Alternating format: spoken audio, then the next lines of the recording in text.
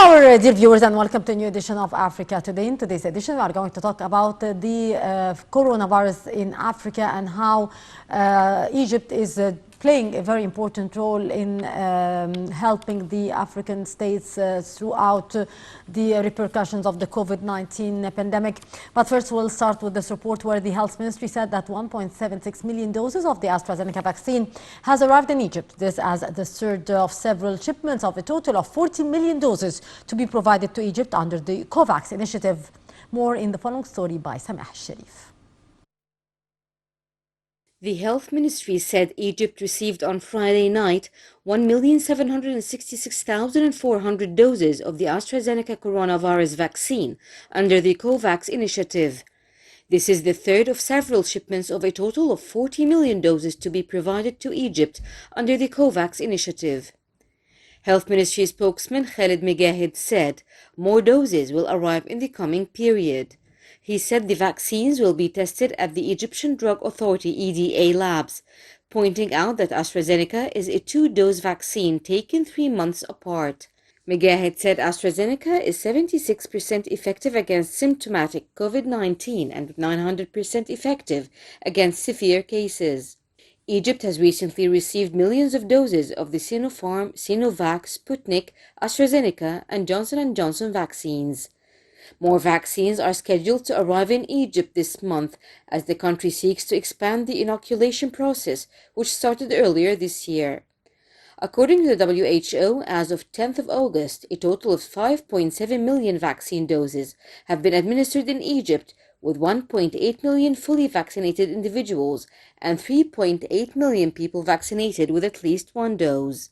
Egypt has reported 285,158 coronavirus cases thus far, including 233,772 recoveries and 16,609 deaths.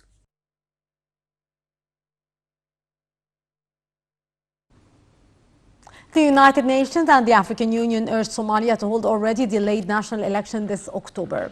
More in the following story. Before taking this report about this very important issue about the African Union, we'll be shedding light about the developments concerning the COVID-19 in Africa with our dear guest over the phone, Dr. Salah Abdallah. Dr. Abdallah, good afternoon to you, sir. Good afternoon, welcome. Welcome, Dr. Abdallah. Dr. Abdallah, Egypt received 1,766,400 doses of AstraZeneca vaccine, and that is under the COVAX initiative. How do you see the success of the initiative so far from your point of view, Dr. Abdallah? Well, of course, Egypt is proceeding well in that issue because Egypt now is receiving millions of doses of the vaccines, plus there is agreement with China for the manufacture of the Chinese vaccine also here in Egypt.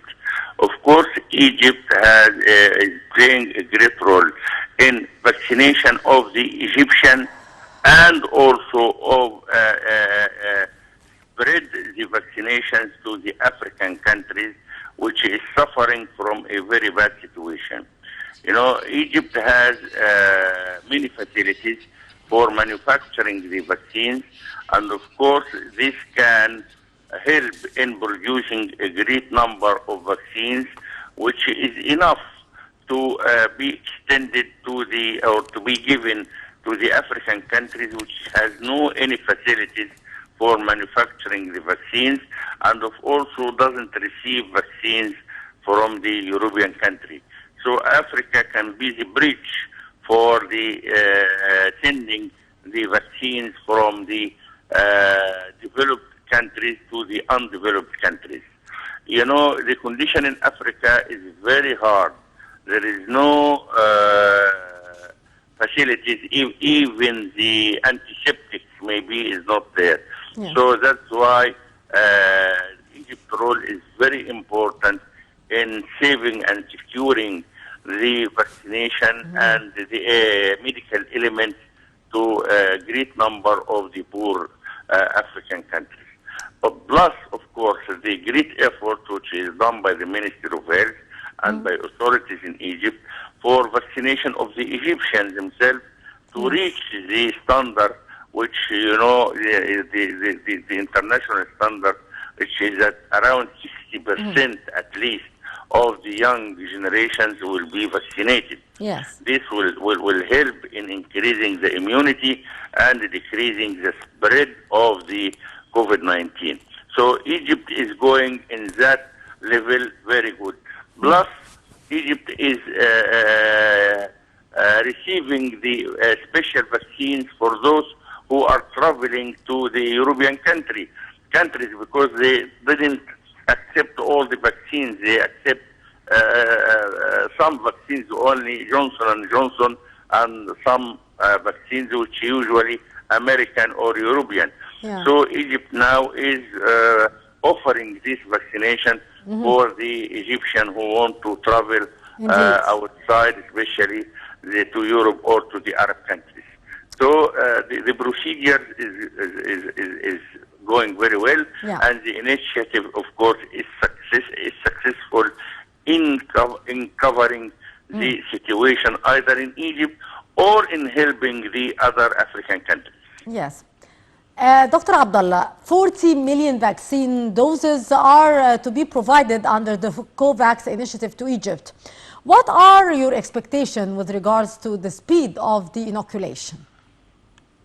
Of course, when you have enough vaccination, this means that you can increase the power of vaccination in Egypt here and reach the international standard, which needs, as I said, that 60 to 70% of the young generations can be vaccinated. And then you can proceed also to the other generations. Plus you can send more vaccines to the neighbor African countries or to the African countries, which of course will help in increasing the number of vaccinated persons in Africa, which will help in reducing the number of infections in Africa as generally. You know, the question is that if the rich countries only become vaccinated, this is not safe because the disease will be extended in the poor countries and especially in the African countries and return back to the rich countries which had been vaccinated after some, you know, mutation. So that's why increasing the number of vaccinated people is very important. And by the big number of vaccines which came to Egypt, Egypt will be afforded to vaccinate at least more than 70% of the population in Egypt and to extend the vaccinations to the poor countries in Africa, and this is very important. Yes. Sir, how is the initiative actually helping African countries during the crisis of the COVID-19 pandemic? The initiative is very important because it helps the poor countries and it convinces the rich countries to afford the vaccines to the poor countries. It's very important because, as I told you, if there is no initiative like that, even the rich countries is not safe because the disease will be continuing in the poor countries. So the initiative is helping in causing a kind of social justice. To take the vaccines from the rich countries, to manufacture the vaccine in Egypt here because we have the facilities for manufacturing the vaccine, to increase the number of the doses to the millions needed, and then we spread this vaccine in the countries which can't afford vaccines for their own people. Of course, this will help in controlling the pandemic and it will control the situation in Africa, and this is for the help of the safe of the African and for the safe also of the European. So as I said, Egypt here is the bridge between the rich countries and the African countries in fighting and controlling that pandemic or the COVID-19. Yes, Sir Cairo said that it is planning actually to produce the anti-coronavirus vaccines in Egypt to achieve sufficiency domestically and then to export them to African countries. How do you see the development of this plan so far? This process is going very well Yes. because China accepts to affording the essential materials to Egypt, and Egypt also have the facilities for manufacturing the vaccines, Yes. and within few weeks, millions of doses of the Chinese vaccine will be afforded or will be ready to be sent for the African countries and to be used in the Egyptian society here. So Yes. the procedure is very successful between China and Egypt, and it's very good that China was cooperating with the Egyptian for that effort. And I am looking for the other countries. They can cooperate also because Egypt can manufacture the other vaccines here if the British accept that or American accept that. Yes. But anyhow, China was the first country to accept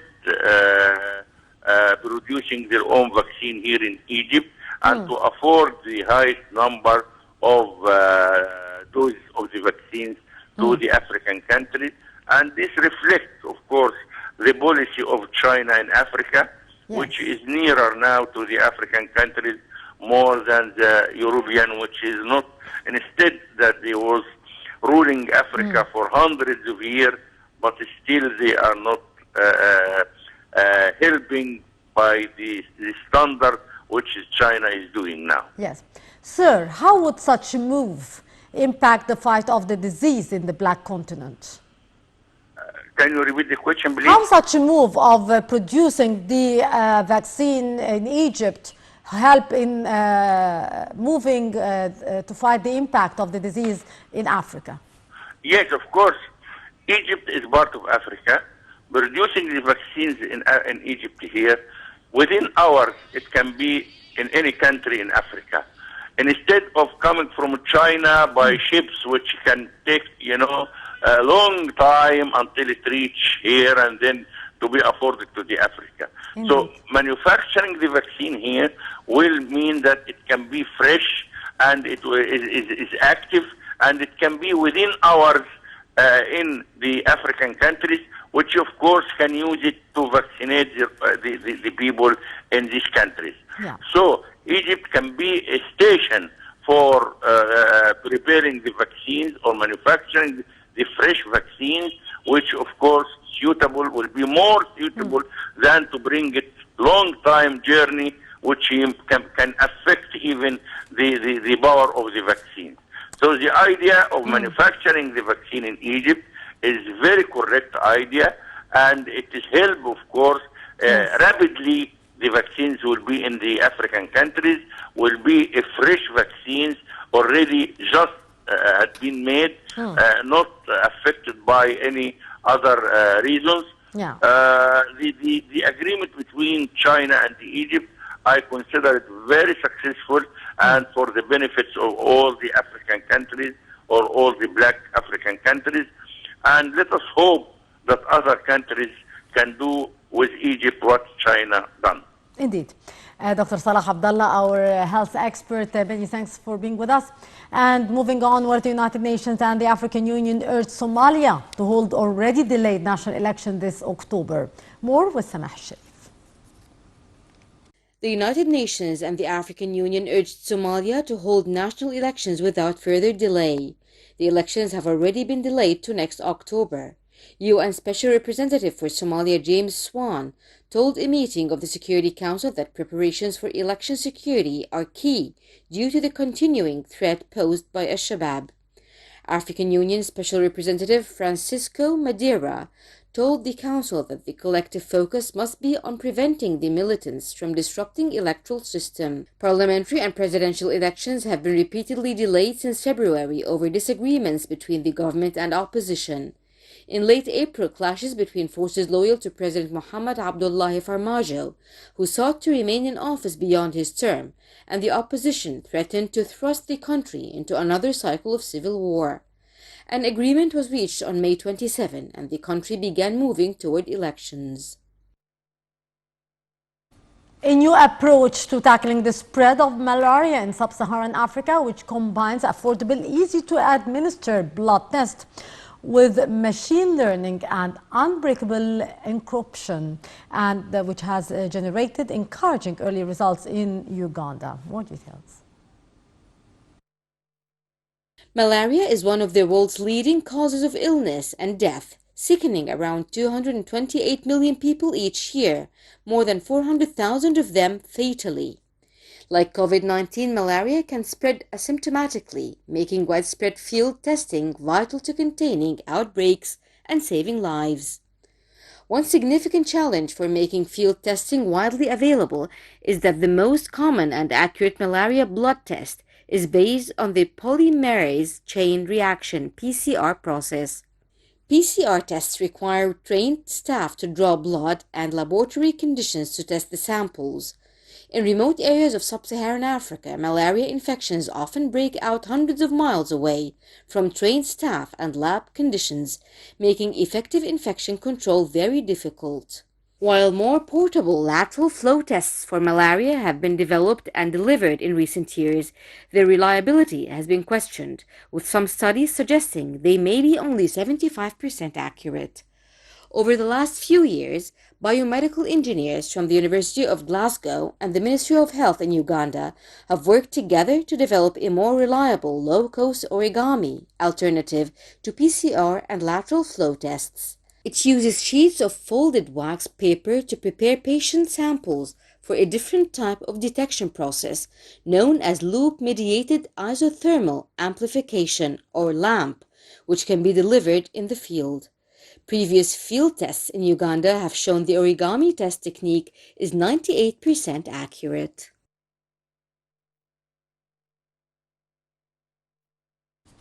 Well, with that, our dear viewers, we come to the end of this episode of Africa Today. Many thanks for watching.